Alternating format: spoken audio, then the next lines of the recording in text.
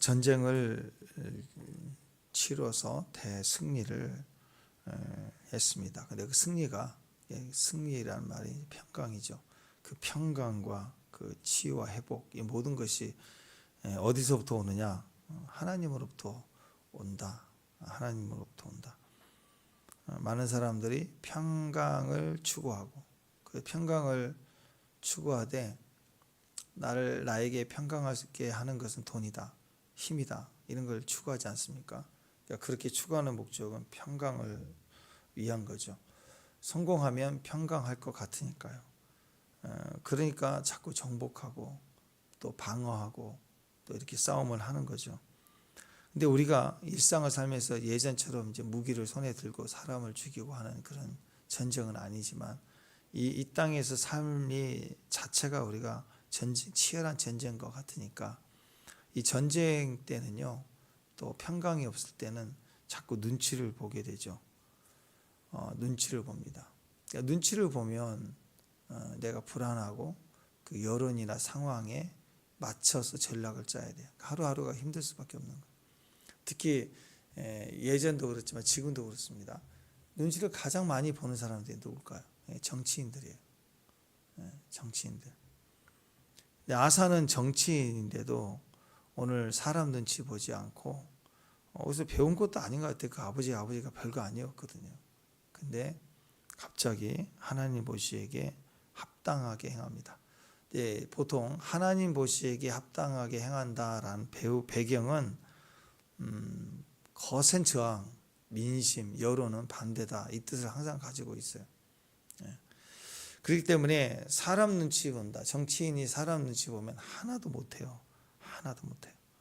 근데 그게 맞기 때문에, 하나님을 믿고 하나님을 알기 때문에 그렇게 종교 개혁을 아주 단행할 수 있었다, 이렇게 볼 수 있습니다.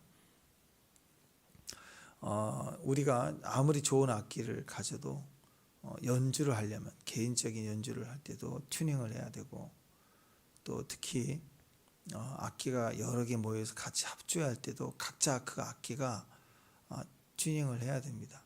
근데 각자 생각으로 튜닝을 하면 기타하고 피아노는 전자피아노 많이 쓰니까 고정이 되어 있지만, 옛날 같으면 스프링을 이렇게 조율했잖아요. 피아노, 기타, 이 모든 악기들이 조율이 안 돼 버리면 아무리 좋은 악기를 갖다 놔도 시끄럽죠. 연주 시작하면 막 복잡해지는 거예요. 그래서 반드시 조율을 먼저 개인적으로 하고, 그리고 합주를 하기 시작하는 겁니다. 이스라엘 백성들은 예배를 통해서 조율합니다. 정치적인, 경제적인 삶의 어떤 상황에 대해서도 예배 공동체, 모든 성막에서도 그렇고 성전에서도 그렇고 예배가 반복해서 드려지는 것을 통해서 오직 하나님 한 분에게만 음을 바치는 거예요. 내 소리를. 그러니까 예언을 했어요. 환상을 봤어요. 꿈을 봤어요. 그랬는데 그냥 내가 본 것만, 어떤 현상만 집중하면 그건 소음이에요. 소음. 환상과 꿈과 계시 속에 하나님이 계셔야 돼요. 오직 한 분 하나님의 소리가 나와요. 그게 예언이라고. 성경의 모든 그 67권을 보면은, 신구약의 모든 성경들을 보면은 전부가 한 분 하나님으로 조율되어져 있어요. 그래서 선지자의 예언, 성령의 감동, 이게 또 살아낸 사람들의 삶, 이게 다 같은 거예요. 그래서 오직 한 분 하나님에게만 맞춰진 소리, 그래서 그 말씀을 내가 진실로 아멘 하고 영접하고 그의 성령으로 말미암아 우리가 또 이렇게 음을 추가하는 거예요. 삶 속에 선포하고 외치고 예배하고 사라져가고. 그래서 말씀이 들려주고 말씀을 믿게 되는 것만이 아니라 살아가게 되고 내 삶의 원칙이 되고 그게 사명이 되고 그렇게 하는 거라고요. 그래서 무엇이든지 시작할 때 제일 먼저 예배합니다. 그게 튜닝이라고. 그 다음에 튜닝을 해놓은 상태에서 나와 너가 같이 합주해 가니까 또 조화를 이루어야 되고 어려움이 생길 수 있으니까 기도해야 돼요. 같이 기도해야 돼요. 기도는 혼자 하는 것보다 같이 해야 돼요. 사실 혼자 기도도 주님과의 같이 하는 거죠. 동행이잖아요. 두세 사람이 모인 곳에 내가 있다. 거기서 기도하는 거라고. 예배하고 하나님께 오직 나와 너가 또 수천만 명이 있어도 다 각자 예배를 통해서 각자 악기가 튜닝이 되는 거예요. 하나님께. 그리고 나서 튜닝된 악기를 가진 나는 드럼이고 나는 또 베이스고 기타고 신디고 그러면 튜닝된 각자가 합주회를 해야 돼. 기도를 해야 돼. 같은 곡을 연주하는 거라고. 그 연습이 필요하고 실력이 필요하고 그런 거. 기도해야 되는 거예요. 그리고 합주를 통해서 그 소리를 열방에 선포하며 그 소리가 선포되는 대로 역사하니까 말씀대로 주님 역사하니까 그 선포해야 되는 사명이 선교의 사명이 있다. 복음을 증거하는 사명이 있다. 그래서 이게 우리 안에 있는 이야기들입니다. 그러니까 예배를 통해서 숫자가 하나가 되면 수천만 명이 돼도 일치가 됩니다. 하나가 됩니다. 가벼워져요. 그래서 숫자가 많아도 그냥 한 두세 사람 움직이는 것처럼 그렇게 복잡하지 않습니다. 근데 소리가 달라지면 가족끼리 여행을 가도 두세 명 아이들 서로 막 울고 짜고 막 이거 원하고 저거 원하고 징징거리고 그래 보세요. 두 명, 세 명도 무거워요. 막 가볍지가 않아요. 문제 하나 해결하기가 힘들어요. 왜? 하나 되지 않기 때문에, 무너졌기 때문에. 이게 성도의 삶에 제일 중요한 겁니다. 시작, 예배를 통해서 튜닝해야 되는 거. 우리 계속 이스라엘의 남유다 역사, 이 역대기를 보면서 뭘 봅니까? 계속 예배의 중요성이 얼마나 중요해요. 그죠? 예배로 시작되는 과정이 쭉 나왔습니다. 아사왕 시대에 나라가 평안했습니다. 이유는 뭘까요? 솔로몬처럼 지혜로워서. 그 지혜의 핵심은 뭐예요? 인간적 지혜로 갈 때는 망하지만 하나님으로 가득 찬 지혜. 그래서 첫 번째 시작이 하나님 앞에 개혁을 하는, 모든 부정한 것을 깨고 여호와 보시기에 선을 행하는 것. 그것이 바로 평강을 주시는 하나님의 이유가 되었습니다. 그 다음에 성과 정의를 행하였다 그랬죠. 성과 정의를 알고 하나님을 믿는 것만이 아니라 이것을 실행할, 정의해서 자기가 할 수 있는 분량으로 할 수 있는 권위를 사용했습니다. 3절, 4절, 5절 보면 선과 정의를 하나님 보시기에 기뻐하시도록 행하였다라는 의미는 뭐였느냐? 구체적으로 이방신을 섬기는 제단을, 신당을 박살내버리고 우상을 찍어버리고 깨트려버리고, 또 유다 백성들에게는 하나님을 찾게 하고 또 율법을 지키도록 했다. 그러니까 권력과 힘과 돈과 이 법을 어디다 사용해야 되느냐? 이렇게 사용해야 된다. 이방 우상을 깨트리고 하나님의 백성을, 하나님을 찾게 하도록, 말씀을 지키도록 하는데 힘쓰고 또 물질도 쓰고 돈도 쓰고 정치력을 발휘하고 이런 게 다 능력이라는 거죠. 그래서 5절에 보면 유다 모든 성읍에서 산당과 태양신을 없애버리고 나라가 그 앞에서 평안을 누리게. 제일 먼저 제거해야 돼요.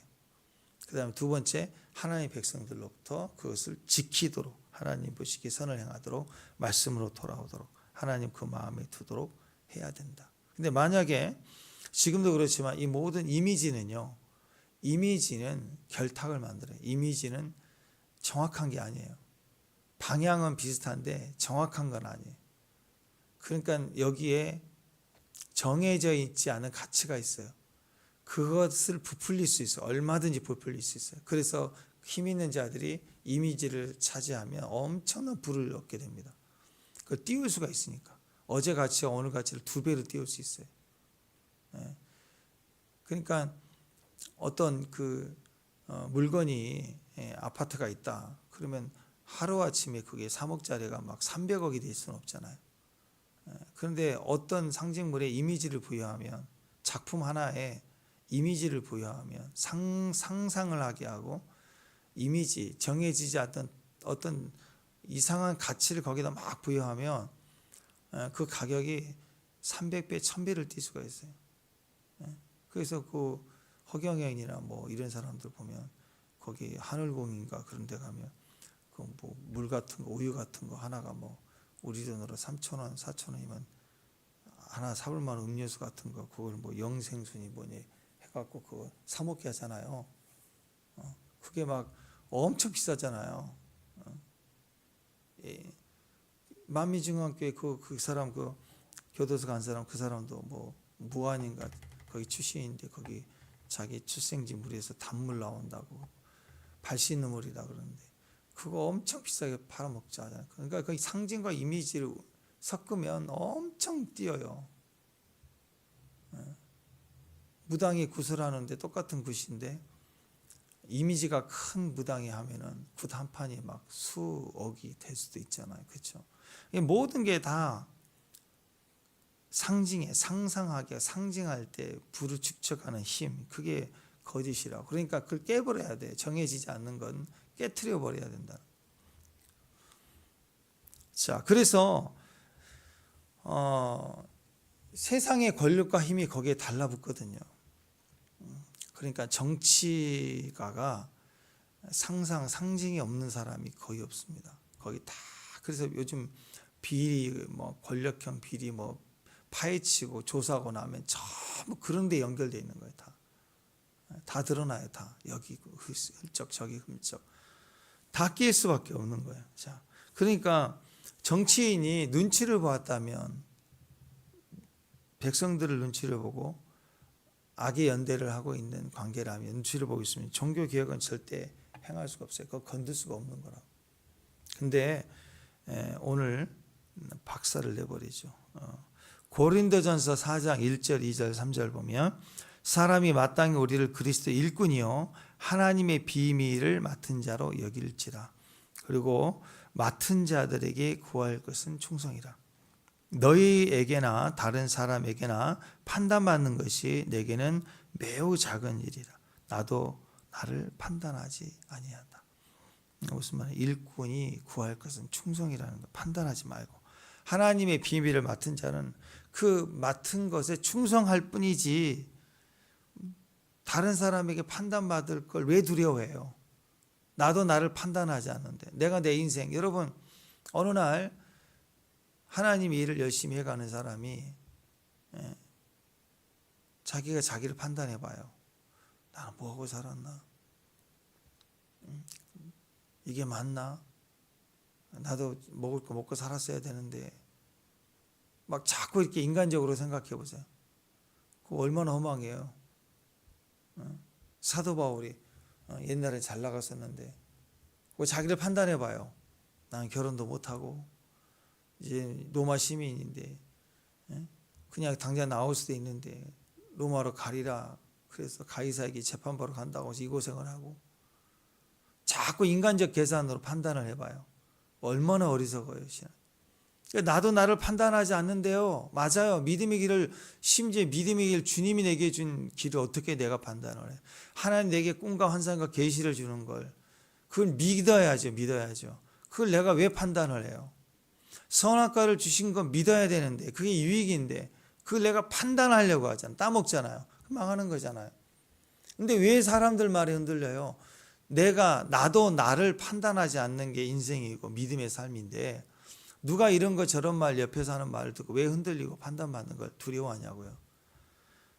그래서 믿음으로 살아가는 거예요. 백성들 눈치 보는 게 여론을 눈치 보는 게 아니라 하나님이 나를 위하시면 누가 나를 이기리요. 누가 나를 정죄하리요 하면서 하나님 앞에 충성으로 계속 나가는 거예요. 하나님의 비밀을 맡은 일이 큰 일이에요. 그것에게만 나는 집중하겠다.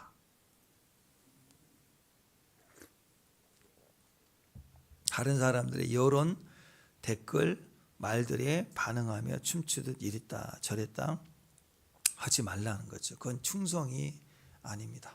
충성이 아니에요. 그 개들이 이렇게 원래 개들이 인류 역사에 보면은 도움을 주잖아요. 주변에서 막 사냥할 때도 도움을 주고 주인과 함께 지키고 그런 명견들이 지금도 있잖아요. 근데 그런 명견과 잡종과 그냥 집에서 반려견으로 그냥 키우는 개하고 다른 점이 그런 거잖아요. 이렇게 주인을 위해서 싸우거나 막 이렇게 뭐 곰이 오거나 막 외국에 보면 그럴 때 있잖아요. 그래서 막 싸우는 개들 있잖아요. 주인을 앞장서서. 근데 그런 개들도 상처를 입잖아요. 상처를 입으면 이게 물리고 그래서 그걸 주인이라도 그 상처를 건들면 막 어른거린대. 본능이 걔는. 근데 진짜 훈련된 명거는 가만히 있는데 이게 약을 발라줄 때 따가울 때 그런 미미한 차이도 있다는 거죠. 그러니까 명견, 충성스러운 개는 어떤 상황에도 그대로 있는 거예요. 그 자리에. 하긴 하는데 칭칭거리고 막 돌아보고 이거 아닌 것 같다고 막 발 툭툭 걸리고 개가 오고 막 그러면 엥 하고 오긴 오는데 엥 하고 오고 그러면 충성이라고 보기는 어렵죠. 충성은 말끝 하나 생각 하나까지 온전한 걸 말합니다. 사울은 너무 예민했던 것 같아요. 하나님에 대한 충성이 약했던 것 같아요. 그러니까 부하들에 대한 충성을 의심하기 시작합니다. 그래서 사울은 천천, 다윗은 만만 이거에 분노하기 시작해서 이걸 잊을 수가 없는 거예요. 이거 화가 나기 시작하는 거예요. 그러니까 하나님에 대한 충성이 흐리니까 그만큼 자신 없으니까 자기 부하에 대한 충성도 의심하게 민감해져요. 그러니까 제사를 하나님을 위해서 드리는 게 아니라 백성의 민심 때문에 제사를 드리려고. 그 백성이 민감한 거예요. 또 아말렉을 진멸하라 그랬더니 또 자기 이익과 백성들이 좋아하거든. 저거 주면 좋겠다 싶으니까 거기에 정확하게 충성하지 못합니다. 그러니까 대충 슬렁슬렁 넘어가는 이유가 다 눈치 봐서 그런 거예요. 눈치. 하나님에 대해서 둔감하기 때문에. 그러니까 자꾸 이렇게 사람 눈치를 보기 시작하면 나중에 예민해집니다. 매우 예민해져서 더 민감해져요. 그래서 하나하나를 말 한마디 다윗이 진짜 정리해 봐야 돼요. 우리가 사울이라면 진짜 다윗이 나에게 불충성한 게 뭔가 반역하는 게 뭔가를 써봐라. 없어. 다윗은 한 번도 한 게 없으니까. 근데 느낌이 그래. 사람들의 여론이 그래. 이건 가짜예요. 느낌으로 가면 안 돼요. 팩트를 적어봐야 누가 나에게 힘들게 저 사람 정말 나하고 문제가 있는 것 같다. 그러면 괜히 싫어하지 말고 진짜 저 사람이 나에게 내가 판사가 돼서 재판을 한다 그러면 당신은 몇 월 며칠 무슨 날 나에게 무슨 말을 했어. 내가 상처를 입었어. 이렇게 할 수 있는 게 있는가를 보라고요. 그게 별로 없는데 평생 원수가 되는 사람이 있다니까. 대체적으로 시월드가 그렇죠. 그런 개념이 그렇게 아니 세상에는 별말을 다 듣고 살면서 왜 툭 하는 말 한마디로 그냥 못 잊어서 그 원수 삼고 살고 지금까지 그러느냐. 그런 게 다 우상입니다. 우상. 사소한 일을 마음에 오래 담고 있는 거예요. 그래서 어제 딱 만나서 오늘 왔는데 딱 하는 말이 민감해 있으니까 너 어제 내가 준 사탕 안 먹었더라? 뭐 이런 거. 그거 참 무서워. 그 한마디에 관계가 써먹혀져. 그러면서 하는 말이 그랬더니 왜 바로 미안하다고 얘기 안 해? 그러면서 하는 얘기가 네가 어제 안 먹으니까 다른 사람이 이상하게 나를 보잖아. 뭐 혼자 밤새도록 고민한 거예요. 내가 줬는데 네가 안 먹었는데 다른 사람들이 그 때문에 다 나를 이상하게 봐가지고 내가 이상한 사람 됐다 그러고 그냥 나중에 먹으려고 그랬어. 나중에 먹겠다고? 그건 안 먹겠다는 말 아니야? 막 이러면서 꼬리를 물고 계속 그러면 이거 미치는 거예요. 이거 사람 관계, 친구 관계가 그걸 밤새도 고민하고 와서 얘기하는 거 아니에요. 그 어떤 분은 한 달 뒤에 얘기해. 너 그때 친구 모임 갔을 때 그거 안 먹었더라? 막 이렇게 얘기하고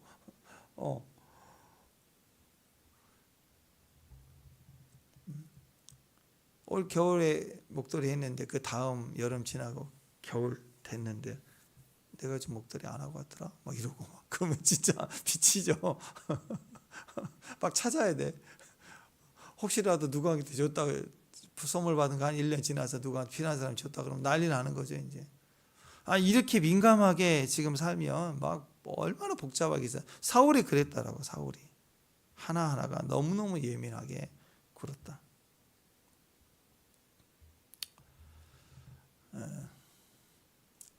의학 정보지를 보니까 그 스트레스와 혈압 문제가 현대인이 많잖아요. 음식 문제도 있지만 음식이 순수한 그 재료 그대로 요리하기보다는 현대는 많은 양념들, 또 비법들, 또 이런 불 조절이 또 잘 되니까, 불 조절이 잘 되니, 옛날엔 나무 떼 가지고 하는 요리가 뭐 거기서 거기지만 지금은 불 조절이 잘 돼요. 그러니까 다양한 요리를 만들 수 있고 다양한 소스를 만들 수 있고, 그리고 요즘에는 요리 재료나 뭐 이런 것보다도 소스를, 별 소스를, 세계적인 모든 나라의 소스를 다 만들어 병에 담아주니까 사다 그냥 먹으면 되는, 요리가 엄청 다양해졌어요. 그러다 보니까 오히려 혈관에 문제가 많이 생기고 또 스트레스를 많이 받으니까 혈압 문제도 생기고 이제 그런 시대가 됐는데, 의학 정보지 보니까 혈관을 찍었는데 혈관 모양이 나빠요. 아픈 사람들, 스트레스가 심한 사람들은 당연히 혈관이 꼬불꼬불꼬불하고 안에도 두껍고 문제가 생겨, 이쁘지가 않아. 근데 둔감하게 사는 사람들 혈관이 반듯해요. 혈관이 이뻐. 진짜 이쁜 사람이 혈관이 이쁜 사람이야.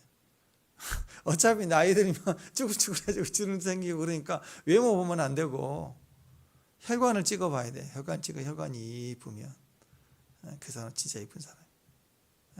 둔감하게 살면 혈관이 이뻐요. 혈관 건강이 전체 건강이라고 하지 않습니까? 마음이 흔들리면 그 미세한 혈액이 반응을 보여요.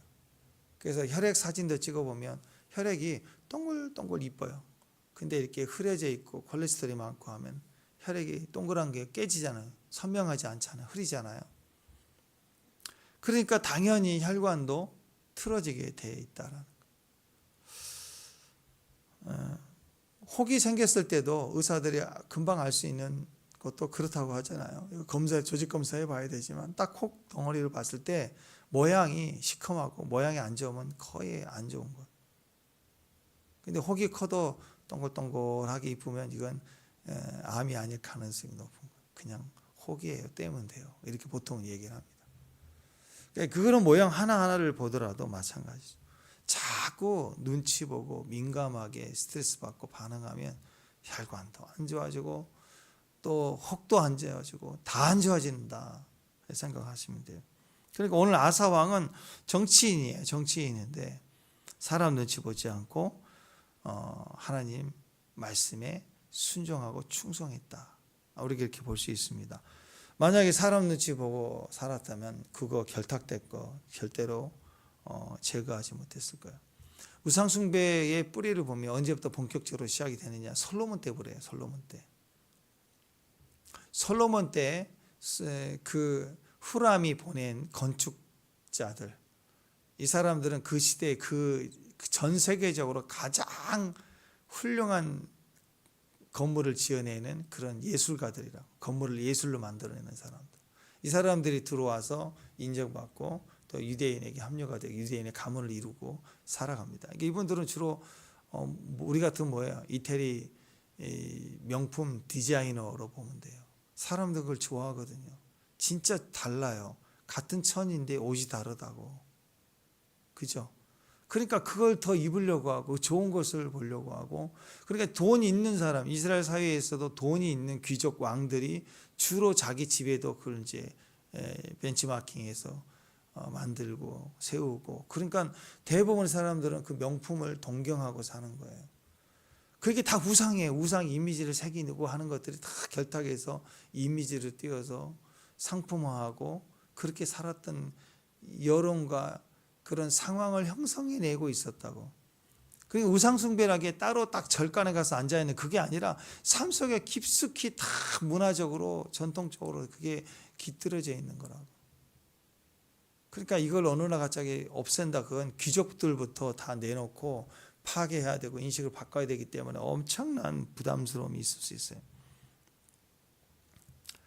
그러니까 이게 솔로몬 때부터 이미 나라와 건축이 커지면서 그 건축한 양식들, 그 다음에 왕궁에 어마어마한 1000명이나 되는 아내들을 거기다가 무슨 호텔도 아니고 벌집만 만들어 놨을 건 아니잖아요. 그 당시에는 아파트형이 아니라 넓게 했으니 얼마나 왕궁이 컸겠어요.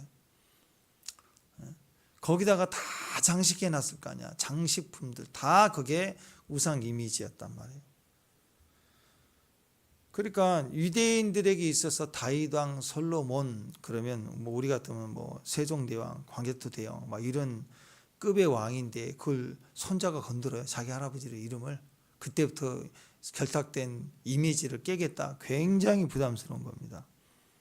그런데 사람 눈치 보지 않고 현재 힘 가진 귀족들, 정치 세력의 상황을 눈치 보지 않고 깨트려 버렸어요. 박살내 버리고 하나님의 말씀을 들어라 믿어라 하고 선포했다. 이 개혁입니다. 거룩한 개혁.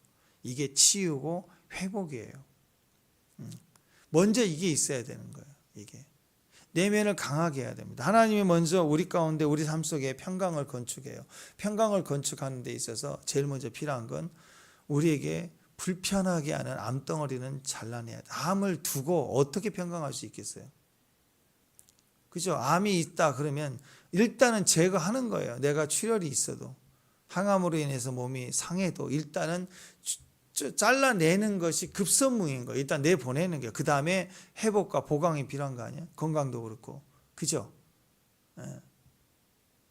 아니 여기 오물단지가 있으면 이것부터 걷어내고 치우고 수리하는 게 먼저지 다른 데 인테리어를 멋지게 하는 게 문제는 아니잖아요.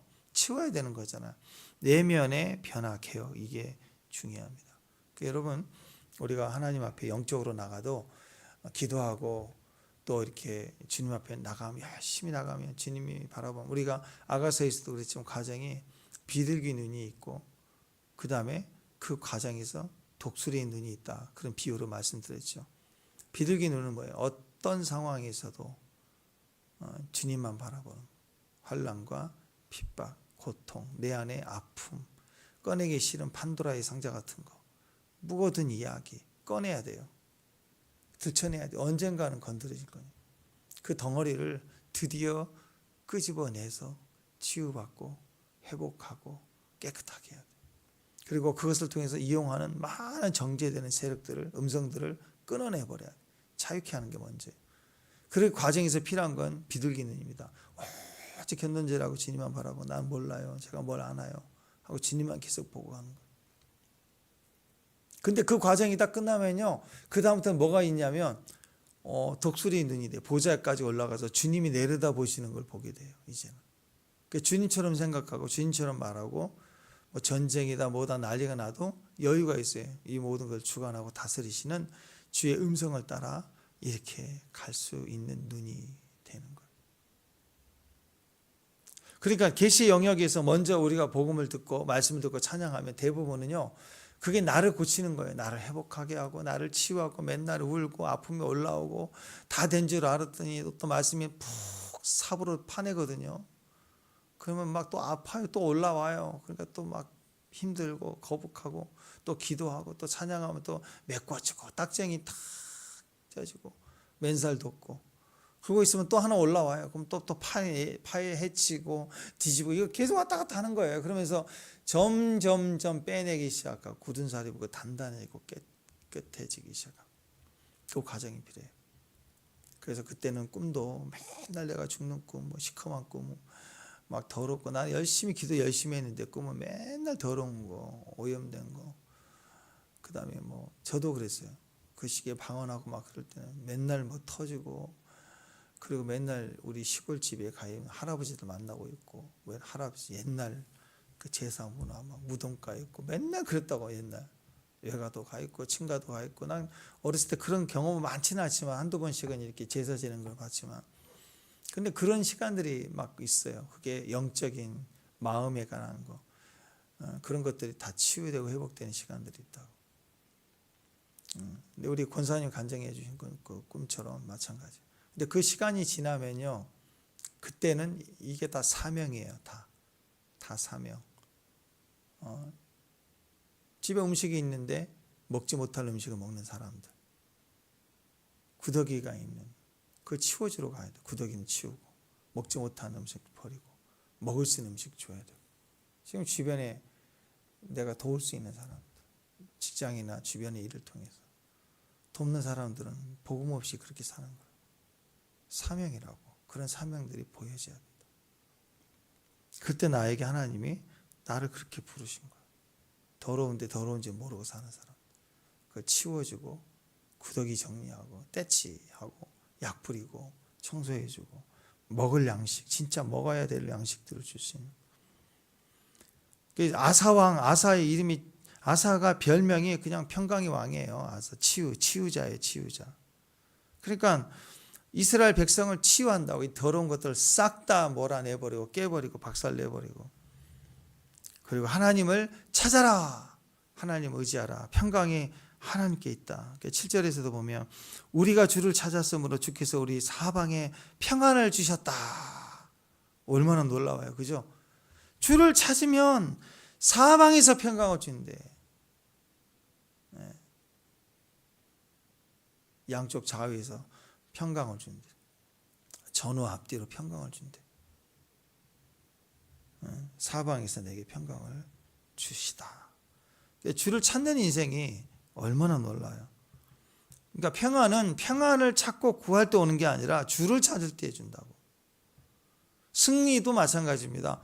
승리하려고 애쓰고 막 전투를 하고 막 이기고 이기려고 하는 데서 승리가 오는 게 아니고 주를 찾을 때 승리가 와요.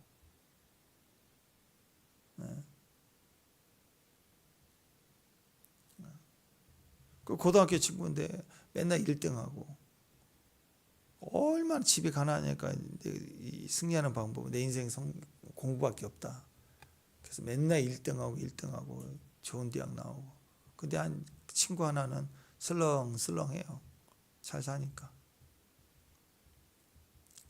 근데 대학 졸업하고 대기업에 들어가고 나름대로 성공 가도를 들어서 대기업에 딱 들어갔는데 그 하나 성과 내가지고 올라가기가 얼마나 힘들어요. 1년, 2년, 5년 올라가기가. 근데 그 친구는 한 방에 그냥 임원이 됐어. 이유가 뭐예요? 금수저인데 뭐 어떡해. 그걸 억울하게 생각하면 안 돼요. 그게 복음이에요. 자격 없어요. 그거 맞아요. 아이디어 없어요. 맞아요. 밑에 직원이 더 잘해요. 맞아요. 근데 자격이 안 돼. 내 아들이 아니다. 그러면 끝난 거예요. 그 요즘 여론이 이상해져 가지고 그 물려주고 하는 걸 이상하게 생각하는데 그게 이상한 거예요? 그 기업을 이루고 거기까지 가기, 그 아버지 세대 얼마나 노력해서 세금 다 내서 올라갔으니까 세금 내고 아들 세우는 게 그게 잘못됐냐고. 근데 금수저, 공평, 정의, 차별 막 이러고 있다고. 그 인식이 잘못된 거죠. 우리는 어떤 인생이냐면 하나님 인생이에요. 망하고 쪼다고 부족하고 맨날 아프고 빌빌거리고 힘없고 무지하고 뭐 아는 게 있나요? 밖에 내놓을 만한 이력이 별로 없어요. 하는 것은 아무 이력도 없고 쓸모없는 몸 같고, 제일 잘하는 거 뭐냐? 교회 와서 막 기합소리 내고 몸 뼈다귀 부딪히고 울고 그런 걸 제일 잘한다고 우리는. 근데 하나님이 누굴 선택해요? 예배를 선택하거든. 우리에게는 절대적인 잘하는 능력이 하나 있어요. 세상보다 진짜 잘하는 거. 예배를 선택하는 거. 예배를 선택하니까 이기는 거라고. 승리를 구할 때, 승리하려고 성공을 구하고 승리를 구할 때 되는 게 아니고 주를 찾으면 승리가 옵니다. 주를 찾으면 평강이 오는 거예요. 어떤 업적도 마찬가지예요. 업적을 이루려고 노력하는 거 오히려 가짜일 때가 많아요. 어떤 학자가, 어떤 정치인이 생각해 보세요. 업적을 이루기 위해서만 뛰었다 그러면 그 업적이 진짜일까요? 가짜 되게 많을 거예요, 포장한 게. 그게 아니라 살아내야 돼요. 살아내면 업적은 남는 거라고. 그게 진짜 업적이죠. 엄마가 자기 아들을 사랑해요. 그 얼마나 아름다운 이야기가 나와요. 그런데 세상 사람들 볼 때 엄마 중에서 제일 멋진 엄마가 되려고 노력을 해. 그럼 그건 진짜 사랑이 아닐 수 있어요. 이 애가 불행하게 자랄 수도 있다고. 진짜 엄마가 아니니까. 진짜 엄마가 필요한 거 아니에요?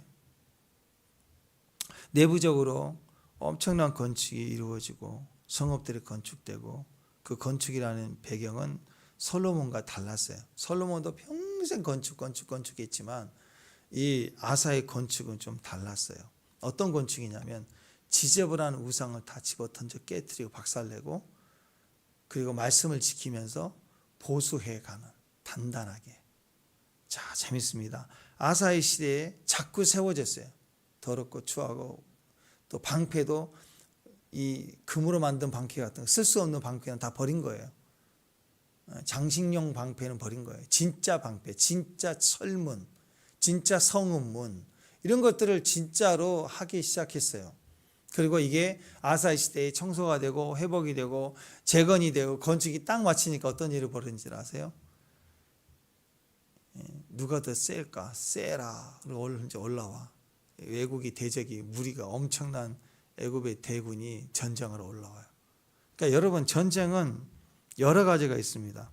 우리가 하나님 앞에 반역을 해서 징계의 개념으로 대적을 이렇게 보내서 우리를 전쟁을 일으키게 하는 전쟁이 있을 수 있어요.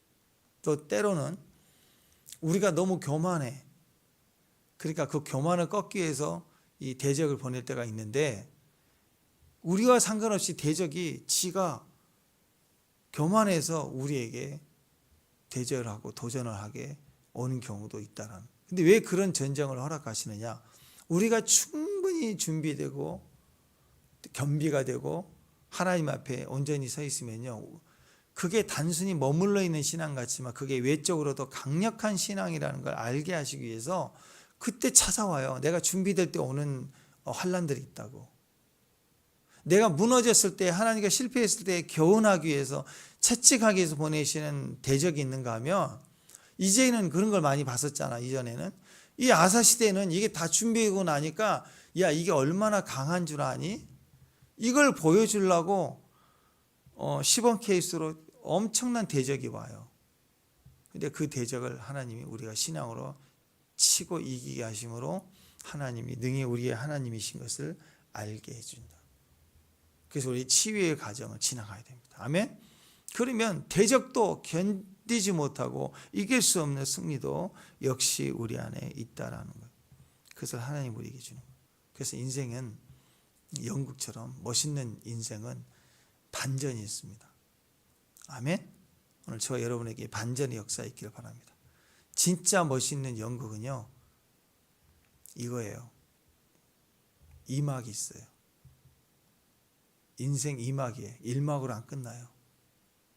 오히려 2막을 위해서 인생 1막은 끝부분이 흐려질 수 있고 무너질 수 있는 모습일 수 있어요.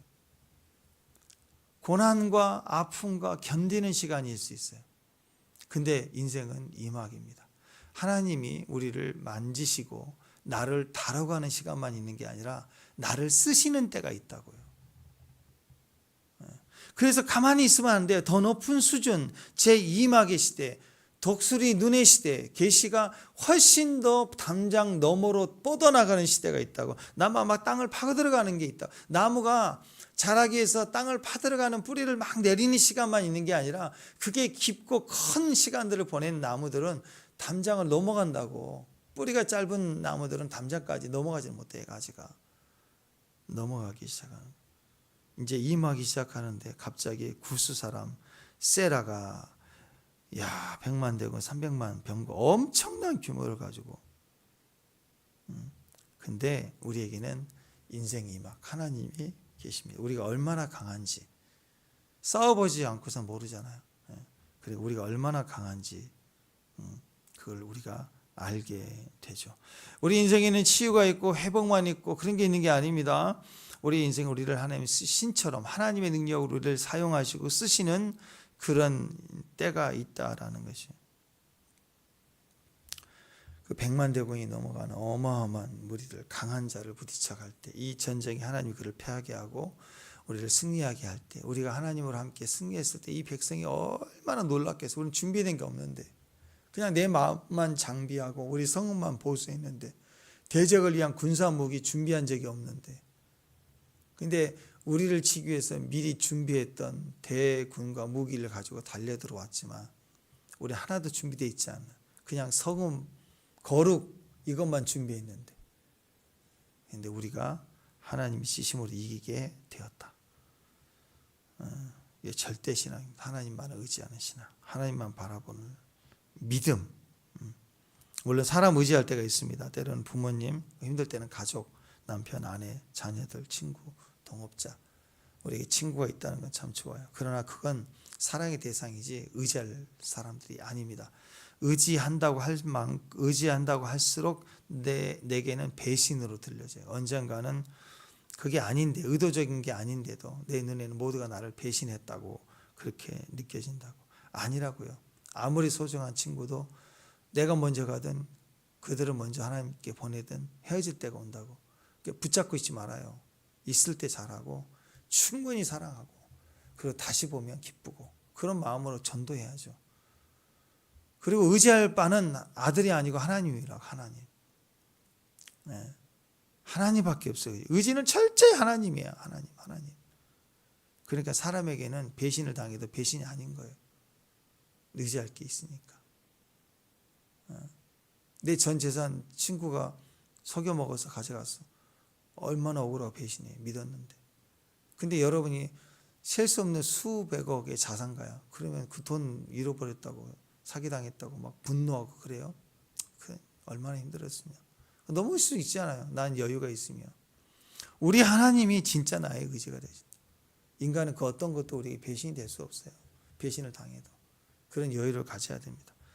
그러니까 은혜예요. 우리에게는 어떤 상황에서도 시작할 수 있는 은혜가 있고 능력이 있고 아버지가 있다는 걸 믿으시고 하나님만 절대적으로 의지하고 그리고 하나님을 믿기 때문에 내 안에 있는 모든 부정함, 우상, 이미지는 깨트리고 박살내고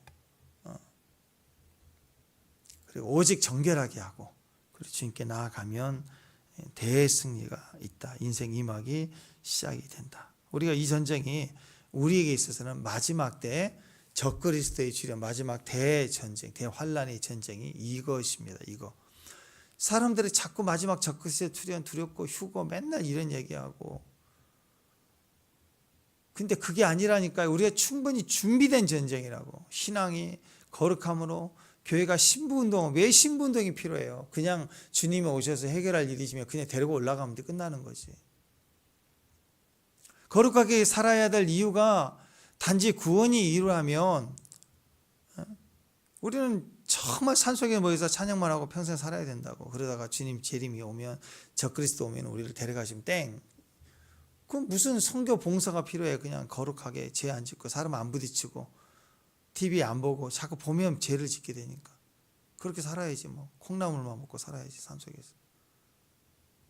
살생하지 않고.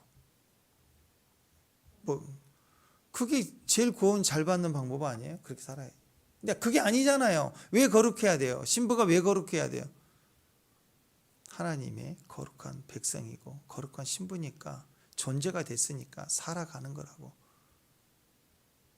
준비되어져 가는 거예요. 신부가 준비되면 어린 양의 혼인잔치가 시작된다는 말은 신부가 준비되면 오늘 이 전쟁이 시작돼요. 세라가 올라온다고. 짐승이 올라온다고. 근데 우리는 이미 충분히 준비된 전쟁이에요. 이미 거룩해진 전쟁이에요. 1260일 동안 예언하면 전쟁이에요. 우린 저기 속하지 않는 전쟁이라고. 그러니까 여러분 우리는 준비되어 가야 돼요. 더 올라가야 돼요. 아멘. 이 화를 앙망한 자 더 올라가라 더 올라가. 거룩해라. 믿음으로 나아가라. 하나님만 전적으로 의지하라. 임재를 따라가라. 인생 2막이 시작된다. 대환란이 시작된다. 준비하라. 우리가 해야 될 우리의 여정입니다. 우리에게는 이 2막이 있다는 걸 기억하십시오. 그래서 대승리로 들어가는 저와 여러분 되시기를 주님의 이름으로 축원합니다. 기도하겠습니다. 하나님, 어떤 상황에서도 하나님 내 안에 우상과 이미지를 파하고 말씀으로 돌아가는 백성, 또 그렇게 준비된 거룩한 백성의 1막, 그리고 대적이 준비된 이후에 오는 모든 대적을 치고 깨뜨리고 주의 영광을 보는 2막, 하나님 그렇게 인생 2막의 인생, 믿음의 인생, 신앙의 승리의 인생, 지혜로운 자, 거룩한 신부의 여정을 가진 임재의 사람들 될 수 있도록 도와주옵소서. 예수님 이름으로 기도합니다.